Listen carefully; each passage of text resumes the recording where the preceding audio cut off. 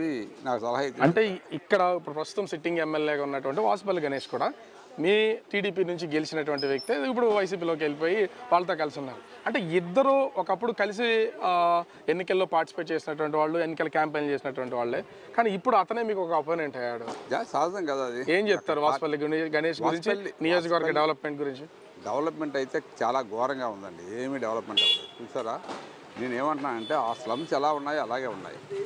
కాలనీలు కట్టారు, ఎప్పుడో కట్టిన కాలనీస్ కొన్ని, కాంగ్రెస్ గవర్నమెంట్ కట్టిన కొన్ని, టీడీపీలో కట్టిన కొన్ని. నేను ముఖ్యంగా కోరేది ఏమిటంటే డ్రైనేజీ వ్యవస్థని, అక్కడున్న ఆ రోడ్స్ ఏవైతే ఉన్నాయో ఆ రోడ్స్ అన్నీ కూడా క్లీన్ చేసి నీట్గా మంచి ఏవైతే ఉన్నాయో పార్కింగ్ టైల్స్ టైప్లో దాన్ని డెవలప్ చేయాలి. మనం వెళ్తే నీట్గా ఉండాలి. నాకు ఒక విజన్ ఉంది, ఈ కాలనీస్ అన్నీ కూడా అలా డెవలప్ చేద్దామని. తర్వాత ఈ కాలువలన్నీ కూడా సముద్రంలోకి వెళ్ళడానికి సరైన మార్గం లేదు. పోర్టు పొల్యూషన్ ఉంది, పొల్యూషన్ కంట్రోల్ చేయలేదు.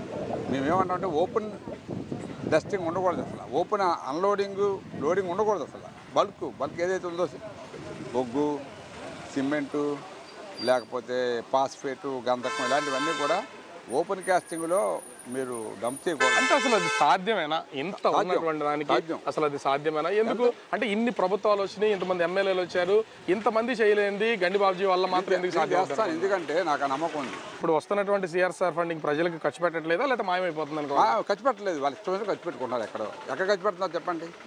ఈ రోజుకి ఇవన్నీ కూడా ఎంత నీట్గా ఉండాలి. ఇవన్నీ కూడా నేను చెప్పేది అది. ఈవేళ మీరు ఒక 20,000 కోట్లు 10,000 కోట్లు పెడితే బ్రహ్మాండంగా రూఫింగ్తో తయారు చేసుకొని గొడవలు తయారు చేయాలి. మీరు సిట్టింగ్ ఎమ్మెల్యే మీద ఇప్పుడు పోటీకి వెళ్తున్నారు. ఇప్పటికే ప్రజల్లో డైలివర్ ఎమ్మెల్యే అంటూ, డైలివర్ వాసుపల్లి అంటూ ప్రతిరోజు ప్రజల్లో ఉంటూనే ప్రజల్లో తిరుగుతున్నటువంటి వ్యక్తి. మరి అట్లాంటి వ్యక్తి మీద పోటీకి వెళ్తున్నటువంటి గండి బాబుజీ ఏ విధంగా గెలుస్తాడనేది ఏమో ఉంది. ప్రజలకి ఒక మంచి చేస్తాడని, అతను ప్రజలకు ఏం చేశాడో చెప్పండి ముందు, అప్పుడు నేను మాట్లాడతాను. ప్రజలకి మంచి చేస్తామని నమ్మకం కలిగితే ఎవరినైనా గెలిపిస్తారు ప్రజలు. ఇవాళ ఏదో అతనికి పదవి ఉంది కాబట్టి 2 రోజులు వెనకాల ఎవడో తిరగొచ్చు. మీకు ఉదాహరణ వాసుపల్లి అసలు ప్రజలకి ఏమీ చేయలేదు, ఏమీ చేయకుండానే 5 ఏళ్ళు గడిచిపోయింది అనుకోవాలా? అంతే అనుకోవాలి. అతను